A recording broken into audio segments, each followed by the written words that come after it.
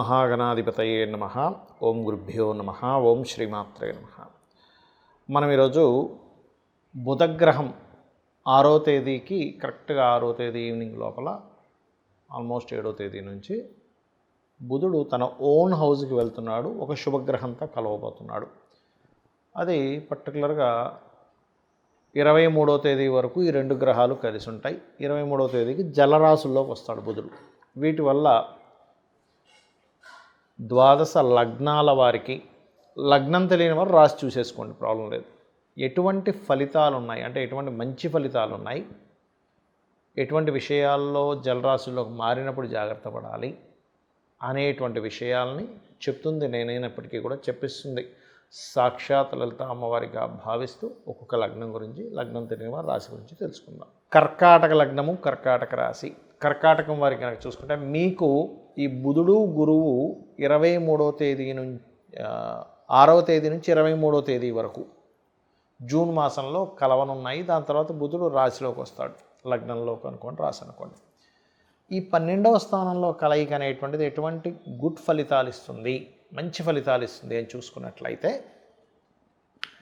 విదేశాలకు వెళ్ళడానికి, విదేశాల్లో మీరు ఏదైనా విద్యా సంబంధించినవి చేయడానికి, ఇన్వెస్ట్మెంట్స్కి, ముఖ్యంగా ఇన్వెస్ట్మెంట్స్కి చాలా మంచి కాంబినేషన్ ఇది. 12వ అధిపతి 12లో ఉంటున్నాడు, భాగ్యాధిపతి వచ్చి 12లో ఉంటున్నాడు. కాబట్టి 12వ స్థానం అంటే ఇన్వెస్ట్మెంట్ స్థానానికి ఎప్పుడైతే భాగ్యం కనెక్ట్ అయిందో, అయితే ఇక్కడ 6వ స్థానాధిపతి కూడా ఉన్నాడు కాబట్టి గురువు, అది కొంతవరకు రుణం లభించడానికి. చూడండి, మనం ఏదైనా ఒక ఇన్వెస్ట్మెంట్ చేయాలంటే మన దగ్గర కొంత డబ్బు ఉంటే ఇంకొంత ధనాన్ని తీసుకొని ఇన్వెస్ట్మెంట్ చేస్తాం. అలా ఇన్వెస్ట్మెంట్ చేయడానికి రుణ లబ్ధి కూడా ఇస్తుంది ఇక్కడ. అదేవిధంగా తండ్రి గారి ఆస్తికి సంబంధించిన విషయంలో ఏవేవైతే మనం గతంలో ఆగిపోయి ఉన్నాయో అవి కాస్త మూవ్మెంట్ అవ్వడానికి, మరియు మరొక విషయం ఏంటంటే వివాహ జీవితంలో గతంలో ఏమైనా మిస్అండర్స్టాండింగ్స్, మిస్కమ్యూనికేషన్స్, లేకపోతే ఫలానా సంబంధించినటువంటి విషయంలో మేము చాలా ఇబ్బంది పడుతున్నామండి, ముందుకు కదలట్లేదు అంటూ ఉంటారు కొంతమంది. అంటే ఇద్దరి మధ్యనే కొంతమందికి కలవదు, డివోర్స్ ఇచ్చేద్దాం అనుకుంటారు, లేదా డివోర్స్ ఇచ్చేసిన తర్వాత రెండో వివాహం కోసం ప్రయత్నం చేస్తూ ఉంటారు. అటువంటి వాటికి కర్కాటకం వారికి ఈ యొక్క 6వ తేదీ నుంచి 23వ తేదీ వరకు కూడా అనుకూలత చాలా చక్కగా ఉంది.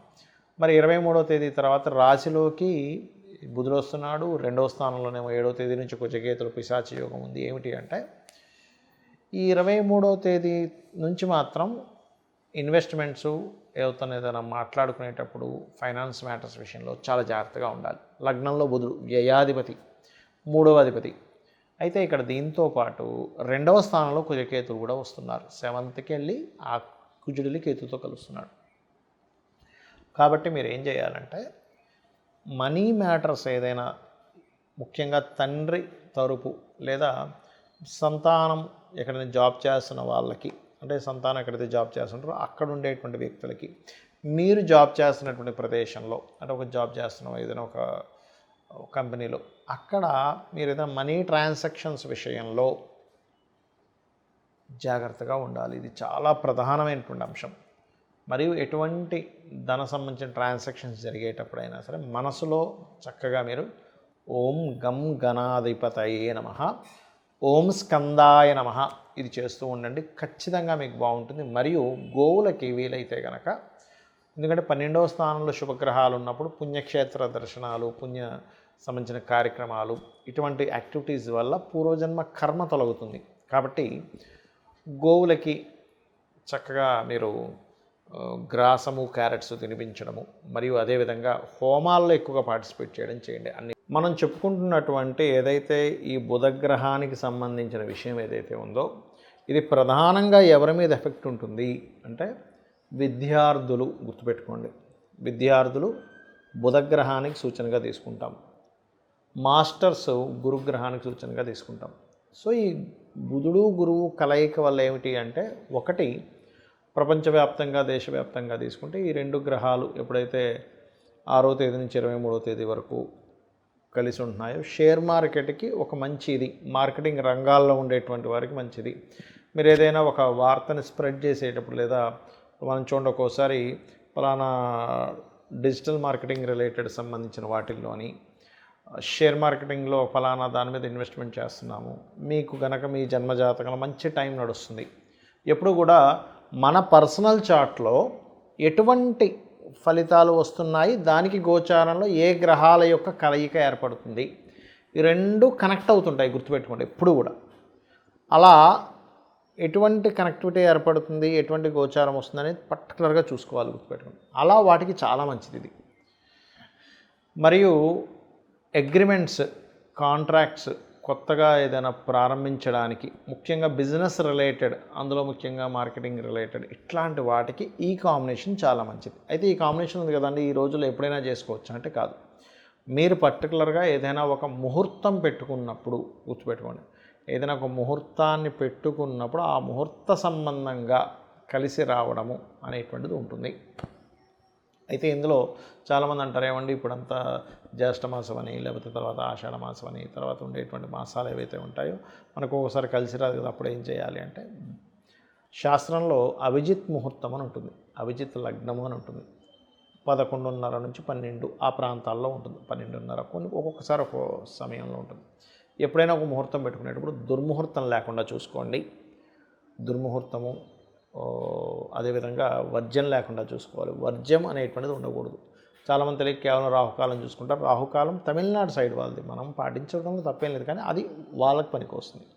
గుళిక కాలం, రాహుకాలాలని. అదేవిధంగా మీ జన్మజాతకంలో కనుక బుధుడు మంచి స్థితిలో ఉండి బుధగ్రహం యొక్క మహాదశలు నడిచేటువంటి వారికి కూడా ఈ బుధ గురువుల యొక్క కాంబినేషన్ మంచి ఫలితాలు ఇస్తుంది. అందులో ఎటువంటి సంశయం లేదు, గుర్తుపెట్టుకోండి. అలాగే మరింత మంచి ఫలితాలు రావాలి ఈ బుధగ్రహ సంబంధించినటువంటి విషయంలో, గురుగ్రహ సంబంధించిన విషయంలో అని చెప్పి చూసుకున్నట్లయితే, మీకు దగ్గరలో ఏదైనా ఆలయం ఉన్నట్లయితే ఆలయం దగ్గరికి వెళ్ళి, బుధగ్రహానికి గురుగ్రహానికి మధ్యలో అటు ఇటు 2 గ్రహాలు ఉన్నాయి, గుర్తుపెట్టుకోండి. ఎప్పుడు కూడా ఒక గ్రహం ఫలితం ఇవ్వాలంటే అటు ఇటు ఉండే పాపగ్రహాలు ఉంటే వాటికి రెమెడీ చేసుకోవాలి. అంటే కుజుడు, కేతువు, రవికి రెమెడీ చేసుకున్నట్లయితే 100% బాగుంటుంది, అందులో ఎటువంటి సందేహం లేదు, గుర్తుపెట్టుకోండి. అలాగే మరొక విషయం, గోవులకి క్యారెట్స్, గ్రాసము మరియు గోధుమ రవ్వ తినిపించడం ద్వారా ఆటంకములు ఏర్పడము, అనవసరమైన గొడవలు పడ్డము, ఇటువంటి వాటి నుంచి మీరు బయటపడతారు. ఇది దేశకాల పరిస్థితుల్లో ఒక రకంగా చెప్పాలంటే, మనం గతంలో ఒక 3 నెలల క్రితమే చెప్పుకున్నాం, కొన్ని విభజనలకు దారితీస్తుంది అని. కేతు సింహంలోకి రావడం అనేటువంటిది ఖచ్చితంగా, కేతు ఎప్పుడైతే మనకి 7వ తేదీ వస్తున్నాడో అది రాబోయే ముందే విభజనలకు దారితీస్తుంది. ఖచ్చితంగా కొన్ని పార్టీలు చీలుతాయి. అయితే కొంతమంది అనుకుంటున్నారు కొన్ని పార్టీలు వెళ్ళి ఇంకో పార్టీలో కలుస్తాయని. కలవడం మాత్రం ఎట్టి పరిస్థితులు ఎక్కడా జరగదు ఈ విభజన కార్యక్రమాలలో ఉన్నప్పుడు. కాబట్టి ఖచ్చితంగా ఇది జరగనుంది. ఇక మీరు నిత్యము కూడా ఈ కేతుగ్రహము, కుజగ్రహము సింహరాశిలో ఉన్నప్పుడు దీన్ని పిశాచయోగం కూడా అంటారు. కాబట్టి ఎటువంటి ఇబ్బంది కలగకుండా అనుక్షణము మీరు చేసే ప్రతి పని కూడా సక్సెస్ అవ్వాలి అంటే కనుక, సూర్య భగవానుడిని చూస్తూ చక్కగా చెంబులో నీరు తీసుకొని ఇలా పోయండి. ఆ సూర్యుల్లోనే గణపతిని, స్కందుని ఊహించుకుంటూ చేయండి. మీరే చూస్తారు అద్భుతమైనటువంటి రిజల్ట్స్ ఆ యొక్క స్వామివారి మీకు అందించడం జరుగుతుంది. అలాగే ఇంకొక విషయం ఏంటంటే, ఇక్కడ ఈ కుజకేతువులు ఎప్పుడైతే ఈ సింహరాశిలోకి ఉంటున్నారో, ప్రధానంగా ఈ అగ్ని సంబంధించినవి, ఇంట్లో ఏదైనా పవర్ రిలేటెడ్ వర్క్ చేసేటప్పుడు కానీ, దేశకాల అంటే దేశంలో అందరికీ పనిచేస్తుందండి ఇది.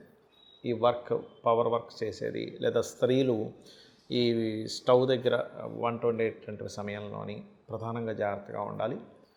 ఇందులో మరొక విషయం ఏంటంటే, మనకి స్లీపర్ సెల్స్తోని దేశం మీద కొంత ఇబ్బంది ఉంది. కాబట్టి ఈ స్లీపర్ సెల్స్ రిలేటెడ్ సంబంధించినటువంటి విషయాలలో, లేదా ఏదైనా ముఖ్యంగా ఈ 2 నెలలు కలిసి ఉంటాయి కుజకేతువులు ముఖ్యంగా కలిసి ఉన్నందుకు, ఏదైనా పుణ్యక్షేత్రాలకి, పుణ్యతీర్థాలకి, ఆలయాలకి రద్దీ ఎక్కువగా ఉండేటువంటి ప్రదేశాల్లో కూడా కాస్త జాగ్రత్తగా ఉండండి. బికాజ్ ఆఫ్ ఈ కుజకేతువులు కలవబోతున్నారు ఇంకా నెక్స్ట్. సో చాలా కేర్గా ఉండాలి. ఒక 2 నెలల పాటు కలిసి ఉంటారు.